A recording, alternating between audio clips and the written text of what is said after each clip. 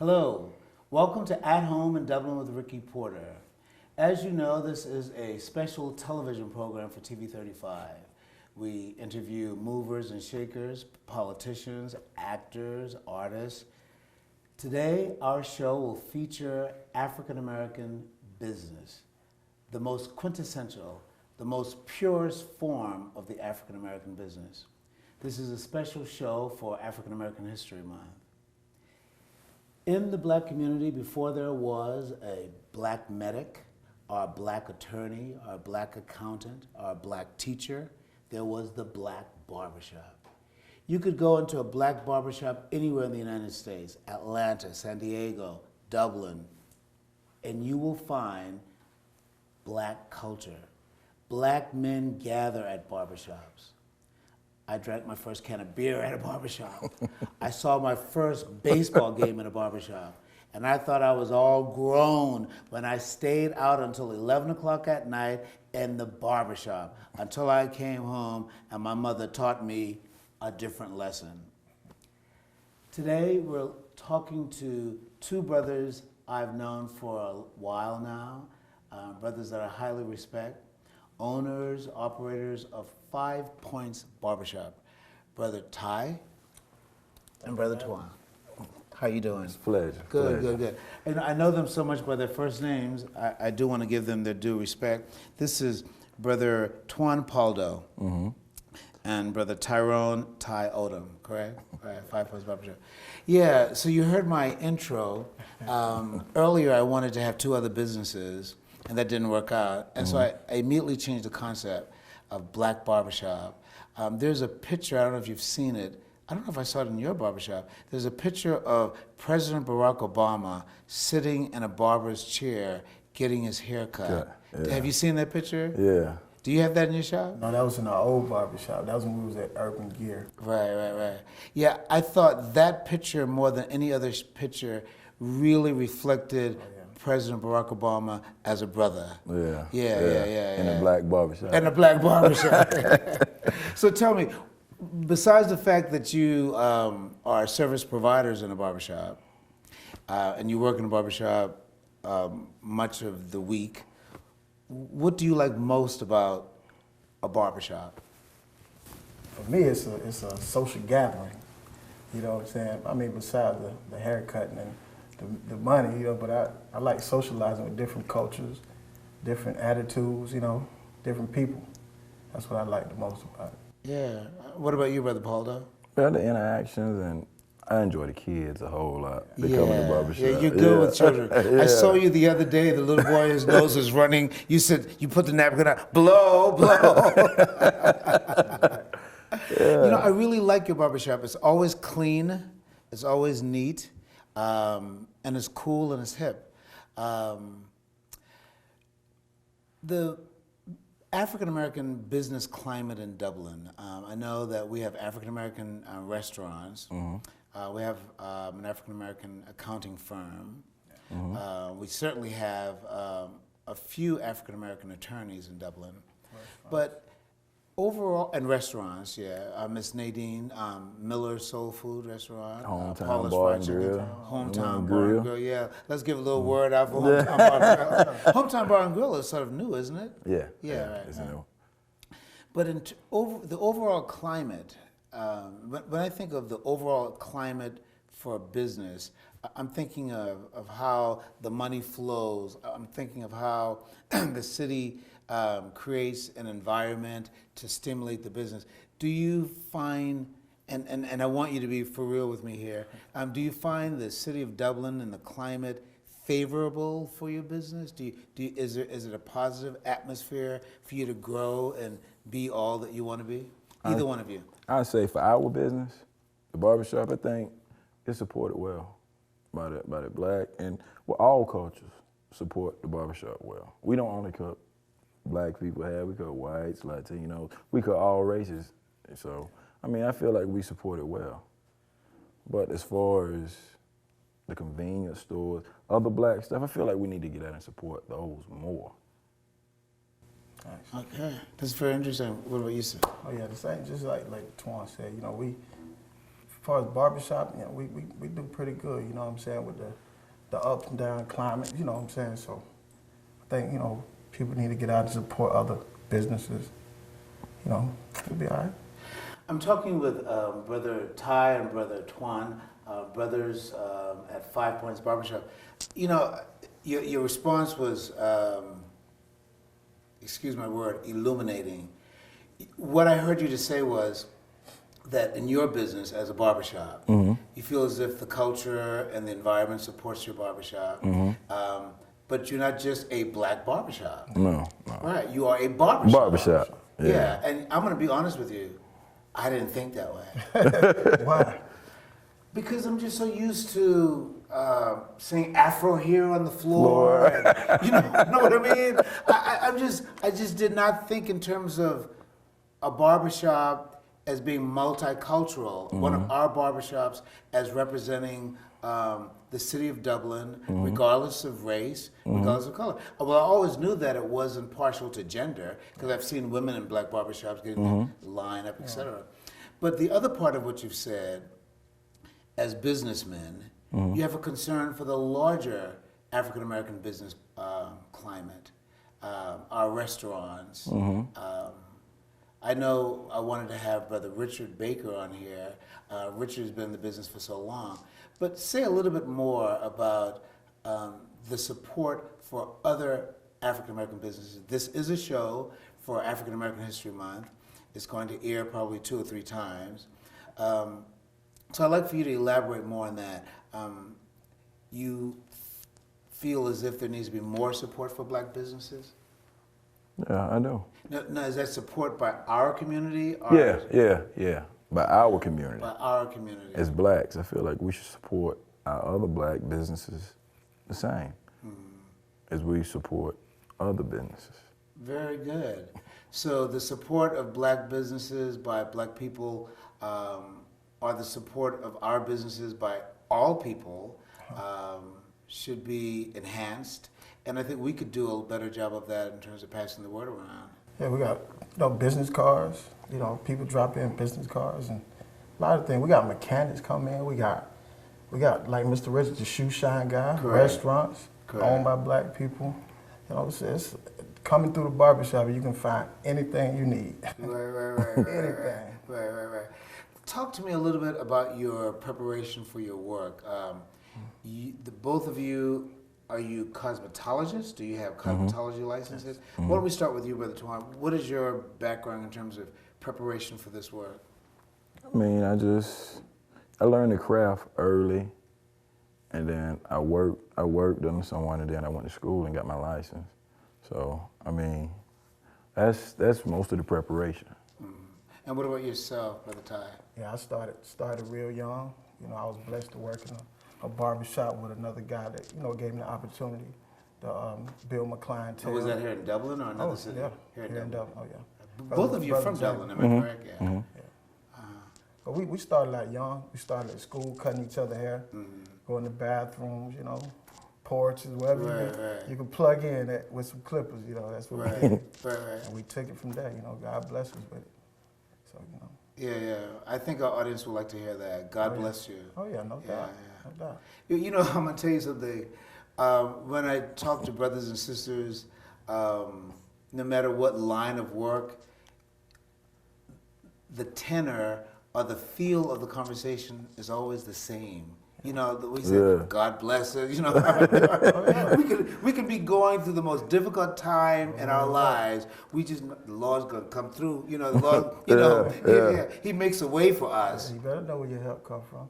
Yeah. When my husband experienced chest pain, I knew he had to go to the ER at Fairview Park Hospital because it had an accredited chest pain center. Chest pain isn't like a broken arm or a high fever. They treat chest pain like the serious condition it is, and they treat it fast. And it was a good thing we knew the difference because my husband was in cardiac arrest. Oh, I was fine. Now he is. Treat chest pain like chest pain. Choose the ER at Fairview Park Hospital. I'm talking with Brother Twan Paldo and Brother Ty Odom. That's right. Owners and operators and services of 5 Points Barbershop. service providers of Five Points Barbershop. And as I mentioned to you before, this is a particular show for African American History Month. And though I had a different concept for the program, I shifted gears and I said, well, you know, the barbershop as that most essential aspect of the black business. But I want to move a bit more broadly.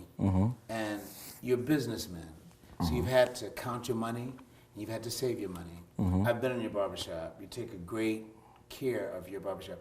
And by the way, TV 35 will show shots of Five Points Barbershop, so you'll get a chance to see. Why don't you put a spin on where you're located? Tell us where Five Points Barbershop is. We're located on the corner of Lawrence and 200 West Madison Street in downtown Dublin. Here. Central location. It's actually at 5 Points. Right. Yeah. Right. The old 5 Points. The old 5 Points. Yeah. Do you know much about the history of that geographical area? We don't, but we get a lot of education. From people, from a lot of yeah. the old cats that come through. What do they say about that? Why do they call it 5 Points? Because used to be it sit on used to be 5 Points. Actually, it It's sit on another 5 road points that now. comes. Oh, it's on 5 Points? Well, where are the 5 points? I see 1, 2, 3. And then you got the road to go to the Oh, side. the we road tell on the them. side is 4, the other road is 5. Yeah. Stop looking at me like that. You make me laugh. So 5 Points, yeah. It used to be Telfair Street running to Lawrence and Madison Street. Correct. Historic streets of Dublin. Well, I wanted to segue or move into the whole subject about black life and your concerns about how or what we can do to enhance our community. Because you're businessmen and you're good businessmen from my perspective, you've learned to count your money, you've learned to take care of your shop, you learn to take care of yourselves. And I know that you have an involvement on the south side once a year, Fun Day, what is it called? It's just where everything go on the first weekend of June. Correct. I mean, you have a football camp. Everything's free. Football camp. You have a kickball game. You have a basketball game. But you have a name for it. Is it a fun day or something? A family day? Is it It's called? not really a family day, and we haven't came up with a name for it. But last year was the first year that it took off, Right. and it did exceptionally well. Okay. It did exceptionally well. Well, I am assuming that because of that, you have a moral and spiritual investment in seeing our community improve. So I'd like to give you an opportunity to say a little bit about how you would like to see our community.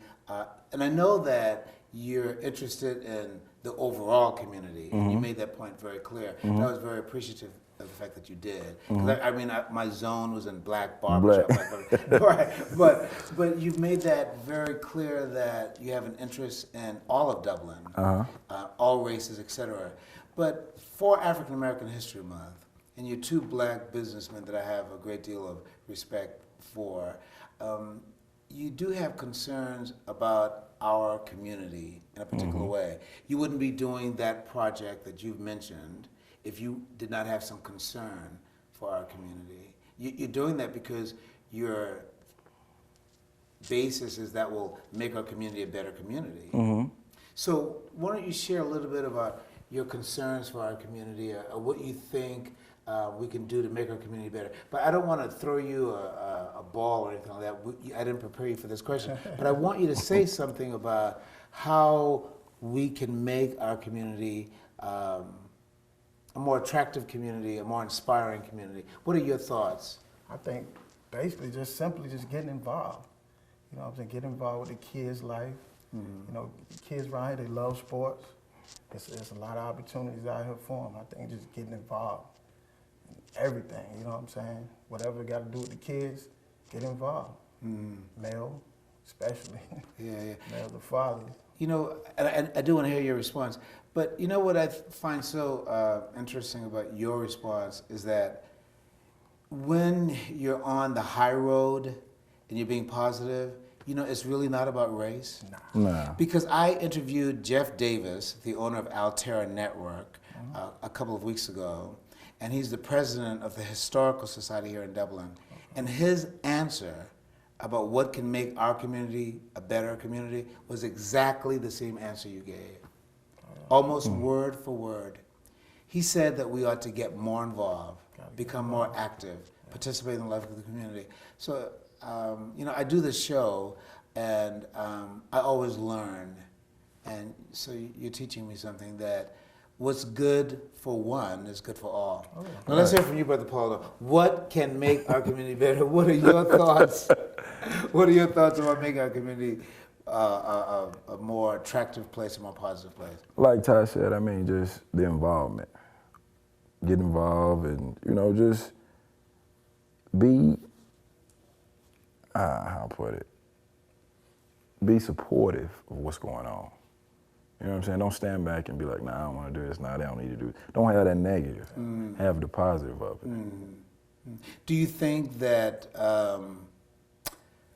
that the African American church could do more? Do you think that the black church could be more involved? Of course. Yeah. I think everybody, not just the churches, everybody can be more involved. Yeah. You know? Yeah. Yeah, I do agree. And I guess, you know, from my perspective, because you know I'm a clergyman, I always feel as if there's more that we can do. But let's talk more about your barbershop again in terms of your clients and people coming in. And you have conversations with your clients, I know. Correct. Because I sit in your barbershop. And from the conversations and interactions, what are some of the big concerns in our community? Let me give you an example of where I'm coming from. In my line of work, I know that one of the great challenges in our community is being more supportive of single mothers. Yeah. In my congregation and in the work that I do with the NAACP, for example, we have a large number of African American women who are rearing their children as single parents. And sometimes I think we look condescendingly or critically or in a downward cast at that single parent. My mother was a single parent. My father died when I was 4, and my mother raised 8 children.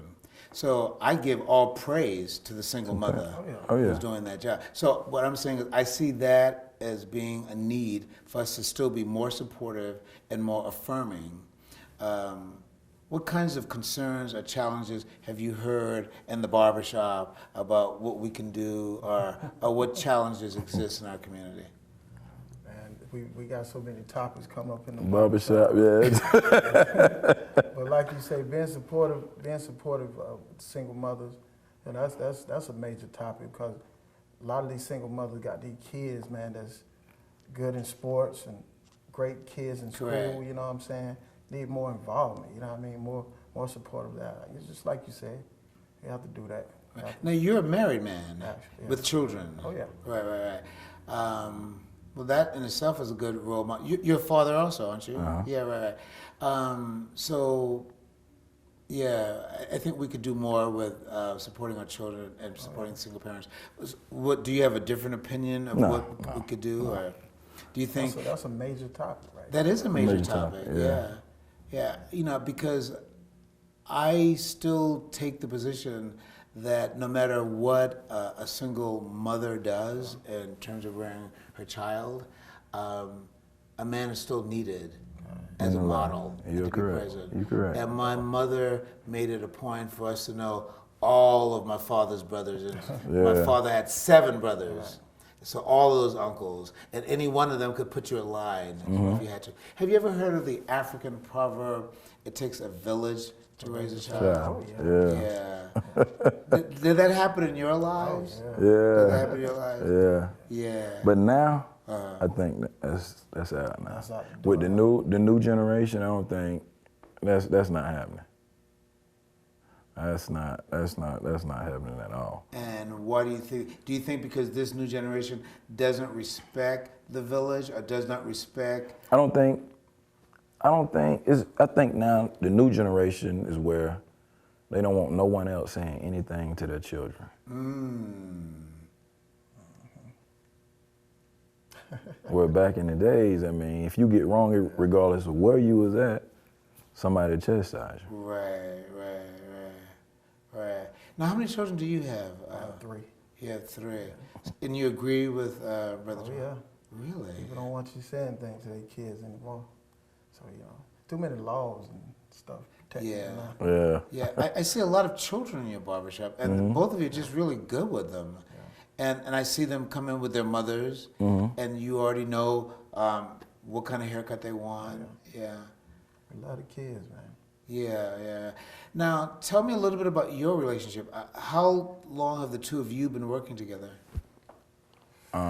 Probably about, let me see, about 7 years. Really? And you've been working together as barbers for 7 years? 7 years. Is that right? Yeah. So you know a lot about each other then as barbers? First yeah. off, we went to school together from You went to- 6th grade all the way through. Is that right? Yeah. Did y'all play sports together? Uh-huh. Yeah, you graduated from Dublin High? No, West Warren. Oh, excuse me. So West Lawrence. Is that right? You went to, I never knew that. Yeah. You went to school together, so you've known each other for a while. Are the two of you related? No. Okay. Yeah. Listen, we're talking, or I am talking with two brothers I have a great deal of admiration for, owners and service providers at 5 Points Barbershop. We'll be back with you in just one moment. All right, thank you for coming. I'll be back shortly. Dad, I'm losing my house. What should I do? Son, your mother and I were there, and Lumen Earl filed a Chapter 13 for us. He even set up a payment plan we could afford. He saved our home, and he kept my check from garnishment. Give Lumen a call. I'm sure he could help you too. Lumen Earl, solving people's financial problems for over 30 years. Call today for free consultation. Welcome back to At Home in Dublin with Ricky Porter. I've been talking to two brothers I have a great deal of admiration for, barbers, owners, service providers at 5 Points Barbershop, brothers Poldo and brother Odom.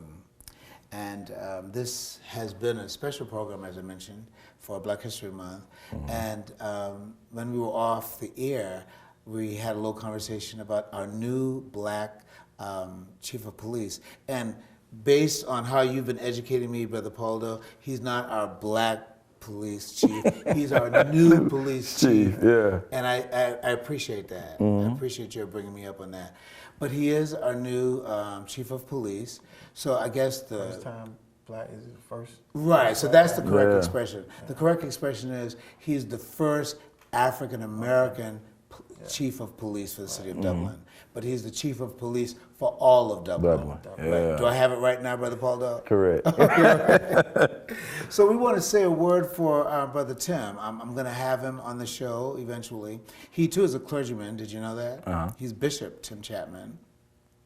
So during this period of Black History Month, and we've been talking about the black barbershop, and then now you've helped me to see that it's not just the black barbershop, it is the barbershop. Barbershop. It The is straight the barbershop. The straight barbershop. Yeah. Okay, so Brother Tim Chapman is straight up the chief of Straight. police. We want to give a word of encouragement to him. What would be your word of encouragement to Chief Chapman? I've been knowing him for a while, so all that I can say just keep being yourself, you know what I'm saying? I mean, I've been knowing him a while, so he always been a great guy, always stayed positive. He's a man of God, you know, so just keep doing what you're doing. I know the street's gonna be good. Good. Thank you, Brother Poldo. I mean, he ain't new to it. He know what he doing, so I mean, he can continue So to do you know the Brother work. Chapman also? Uh-huh. Okay, very good. Yeah. He can continue to do good work, so that's all we can expect from him. Good. Remind our TV audience again where you're located. 200 West Madison Street, on the corner of West Madison and Lawrence Street, Okay. right there at the 5 Points.